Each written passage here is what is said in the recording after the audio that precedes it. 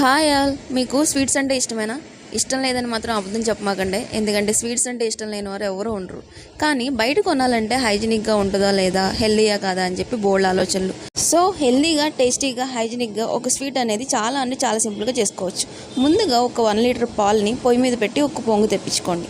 ఈ పొంగు తెప్పించుకునే టైంలో దీనికి కావాల్సిన మెయిన్ ఇంగ్రీడియంట్ జున్ను గడ్డి. ఈ గడ్డి అనేది మనకి మార్కెట్లో అవైలబిలిటీ ఉంటుంది. 10 గ్రామ్స్ ప్యాకెట్ వచ్చేసి 35 రూపీస్ పడుతుంది. ఇది మనకి నీళ్ళల్లో నానబెట్టుకుని పెట్టుకోండి.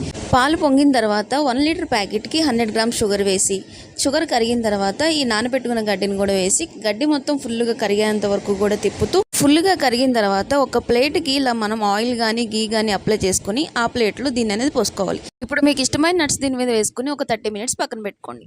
టెంపరేచర్ అనేది కూల్గా ఉండేలాగా చూసుకోండి. ఎందుకంటే హాట్ టెంపరేచర్లో ఇది గడ్డ కట్టడానికి కొంచెం టైం అనేది పడుతుంది.